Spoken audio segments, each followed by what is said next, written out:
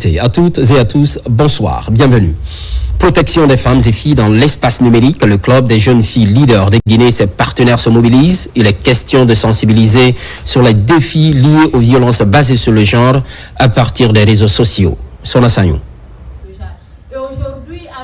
Promouvoir un Internet plus sûr pour les femmes et les filles et lutter contre l'impunité des auteurs de violences basées sur le genre, c'est l'objectif de la causerie éducative organisée à Conakry par le CPDH en consortium avec Avocats sans frontières France et le club des jeunes filles leaders de Guinée. Placé sous le thème réseaux sociaux et VBG, comment protéger les femmes et les filles face à l'impunité numérique. La rencontre s'inscrit dans un projet financé par l'Union européenne. L'objectif, c'était d'outiller les jeunes filles, les jeunes garçons, membres des différents clubs, pour qu'enfin ils soient nos ambassadeurs auprès des collègues, élèves et amis, pour qu'enfin, s'il y a des cas de violence basés sur le genre qui sont perpétrés sur ces réseaux sociaux, qu'on puisse directement les référencer et pouvoir légiférer. La thématique qui nous réunit, les réseaux sociaux et VBG. Comment protéger les femmes et filles face à l'impunité numérique s'inscrit au cœur des préoccupations contemporaines. Elle interpelle notre conscience collective, notre responsabilité citoyenne et notre devoir de protection envers les plus vulnérables. Objectif, sensibiliser les jeunes aux dangers liés à l'usage des réseaux sociaux au cœur des échanges, le cyberharcèlement, le chantage en ligne, la diffusion non consentie d'images intimes et d'autres formes de violence numérique. Nous, en tant qu'acteurs de la société civile, il est important pour nous de sensibiliser et d'échanger avec les jeunes filles sur l'utilisation des réseaux sociaux. Parce qu'aujourd'hui, les réseaux sociaux constituent un couteau à double tranchant. Pour sortir de ces activités ici, qui réunissent différents jeunes, les objectifs que nous nous sommes assignés seront véritablement mis en œuvre. D'autant plus que ces jeunes ils ont fait preuve déjà de compréhension. La rencontre a mobilisé des élèves de plusieurs établissements scolaires de la capitale aux côtés d'experts en violence basée sur le genre et en protection numérique. Les discussions ont permis d'identifier les différentes formes de VBG en ligne, d'expliquer les mécanismes juridiques existants pour dénoncer et sanctionner ces actes, mais aussi d'encourager les victimes à briser le silence. Un message fort est lancé, promouvoir un usage responsable, sécurisé et respectueux des réseaux sociaux. À l'université Alimar de Guinée, l'émotion était au rendez-vous. À l'origine, la remise des diplômes à des centaines d'étudiants, une cérémonie marquée par la fierté et l'espoir. Marwan Kamara. Dans l'enceinte de l'université Al-Imar de Guinée, la cérémonie est riche en émotions et porteuse d'espoir pour plus de 300 jeunes Guinéens. Elle couronne 4 années de formation de plusieurs promotions de l'Institut. Par cette double promotion, les responsables de l'université Al-Imar réaffirment leur rôle clé dans la formation d'une jeunesse compétente, responsable et tournée vers l'avenir. C'est une cérémonie qui était tant attendue par les étudiants de l'université Al-Imar parce qu'elle symbolise la sortie de la cohorte 2026 qui regroupe en son sein plusieurs promotions, en tout 13 promotions, 3 promotions de licence, 2 promotions de master et 3 autres promotions des études à distance, licence aussi, et 2 autres promotions, cette fois-ci en licence MEMIAGE. Si on m'a donné ce nom aujourd'hui, je remercie le bon Dieu, je suis très fier, je suis content. Je sais que chaque étudiant aussi qui a quitté ici peut former encore 1000 et 1500 personnes. Je vous remercie. Les lauréats issus des différentes filières universitaires sont appelés tour à tour pour recevoir leur parchemin, un moment fort et symbolique pour ces jeunes qui s'apprêtent à écrire un nouveau chapitre de leur vie professionnelle sous le regard bienveillant de leurs parents, proches, amis et de la communauté éducative. De profondes émotions, surtout de remerciements à l'endroit tout d'abord de nos parents qui ont cru en nous, qui nous ont soutenus, qui ont fait des sacrifices silencieux pour nous soutenir dans nos parcours académiques. Aujourd'hui, c'est un parcours qui se termine, mais l'histoire continue. C'est une étape franchie, mais nous visons l'horizon et nous allons continuer à avancer. Nous félicitons d'abord les diplômés, mais aussi notre reconnaissance va à l'endroit de l'université Al-Imar pour tous ces grands efforts. Puisque lorsque nous voyons nos jeunes éduqués. Nous ne pouvons que nous en réjouir. Nous avons vu des gens ici qui sont diplômés et nous avons vu la profondeur de leur formation à travers les discours qui ont été dits. Ces promotions quittent aujourd'hui les bancs de l'université Al-Imar de Guinée, mais l'Institut, elle, continue sa mission, former des professionnels compétents, innovants et engagés au service de la société. Cette cérémonie vient ainsi confirmer sa place comme un acteur majeur de la formation et de la promotion de la culture islamique. Week-end dernier, mise en place de la presse scolaire de Guinée, c'était au groupe scolaire Saint-Jacques de Nongo, un outil de sensibilisation et d'information au sein des écoles, une plateforme regroupant 10 établissements privés et publics de la place. Marie-Simone Noël Tolno. L'initiative de créer une presse scolaire remonte en 2019. C'était lors d'une rencontre du groupe appelé Savoir pour tous.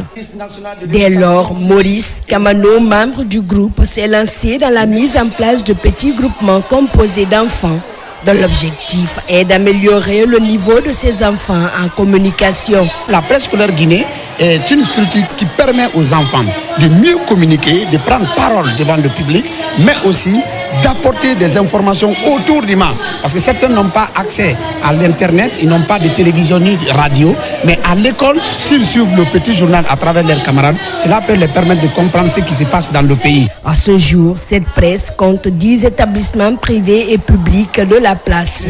La lutte contre l'immigration clandestine, la déscolarisation, la sensibilisation contre le retard à l'école sont entre autres les grandes lignes de ce journal.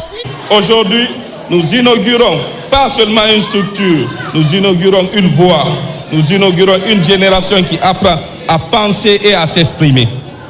Nous inaugurons un avenir où l'école guinéenne forme aussi des citoyens éclairés et responsables. Je vais profiter de l'occasion de partager le message de cette presse scolaire au niveau de l'UNESCO pour dire que désormais, nous avons un outil efficace qui pourrait nous aider pour essayer de faire la promotion de l'éducation inclusive. Cette presse scolaire guinéenne sera alimentée tous les jours par les administrateurs des écoles. Elle est accessible à travers les sites Facebook, WhatsApp et TikTok sous le nom de la presse scolaire Guinée. Dans les années à venir, les organisateurs ambitionnent d'élargir l'initiative sur les 33 préfectures de la Guinée. Page assainissement, le défi est grand pour la capitale Conakry. Les municipalités tentent de trouver solution. C'est le cas de la commune de Ratoma qui vient de procéder à une opération coup de balai dans le but de rendre propres les espaces publics. Moussa Bangoura. Ensemble pour une municipalité propre et durable. À Ratoma, après le lancement de la seconde phase du projet de stratégie de gestion des déchets, l'heure est au tri et à la valorisation des déchets plastiques. Ici, à la mairie, acteurs du secteur, cadres techniciens, chefs de quartier et chefs secteur se concertent pour la viabilisation de cette initiative citoyenne. Les déchets que nous produisons sont de l'or, mais il faut savoir comment les collecter et où est-ce qu'il faut les amener pour qu'on puisse les transformer, parce que désormais, au niveau de Ratoma, on a fait la chasse aux ordures, maintenant c'est le plastique. Nous allons faire en sorte qu'on ait zéro plastique au niveau de la commune. À travers ce cadre de partage d'expériences, les porteurs du projet veulent aller à la vitesse supérieure afin de mener à bien le processus sur le terrain. Nous avons aujourd'hui les tricycles qui sont à la portée des présidents des conseils de quartier. Il y a un personnel qui va être mis à leur disposition, qui sont des bénévoles, qui seront pris en charge par la mairie. Il y a donc même un budget pour les points de vente et les points d'achat des plastiques dans chaque carré, dans chaque secteur et dans chaque quartier, qui sera coordonné par la direction communale de l'assainissement pour que ces déchets soient valorisés, les papiers, les cartons soient valorisés, puis après. Passer de l'étape pré-collecte, collecte-transfert, à l'étape de tri, récupération et valorisation, c'est ce que le ministère encourage. Nous savons tous que les déchets, c'est une mine d'or, mais on doit essayer de les ajouter pour être dans ce qu'on appelle l'économie circulaire. L'unité de valorisation des déchets plastiques est déjà mise en place par l'autorité communale. L'objectif, est de collecter les plastiques, faire le tri et le traitement, mais aussi transformer ces produits plastiques en pavés. Sport, demi-finale d'une activité nationale organisée par One Fitness, une structure qui encourage la pratique du sport en milieu scolaire. Sur les 100 écoles et universités concernées, une vingtaine se retrouvent en demi-finale. Mariam Diallo pour la suite. Quelques jours après son lancement, la compétition sur One Fitness est à la phase des demi-finales. Une compétition nationale qui implique plusieurs écoles et universités de la capitale.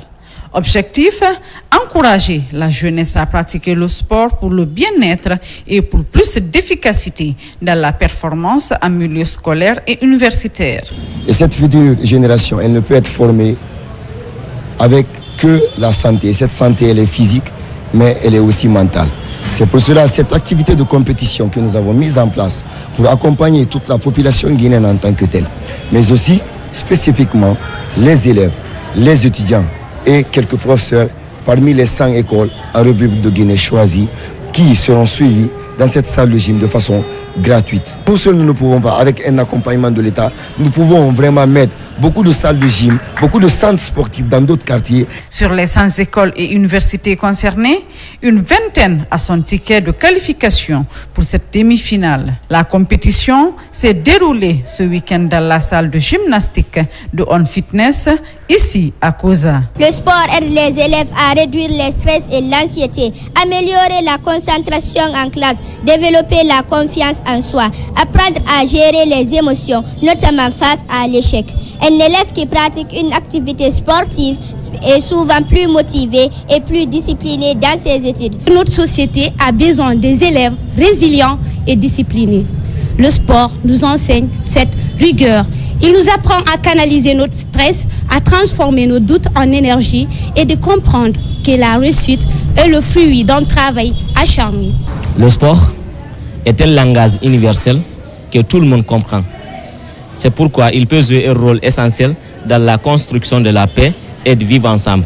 D'abord, le sport favorise le dialogue entre les communautés. La finale est prévue pour le 15 mars dans cette même salle et les gagnants des différentes écoles et universités seront accompagnés financièrement dans leur éducation et bénéficieront également d'un suivi de la part des coachs sportifs de la structure concernée. L'actualité évolue en Guinée, notre paradis, terre de richesse et d'innovation, constante fidélité à toutes et à tous. À très vite.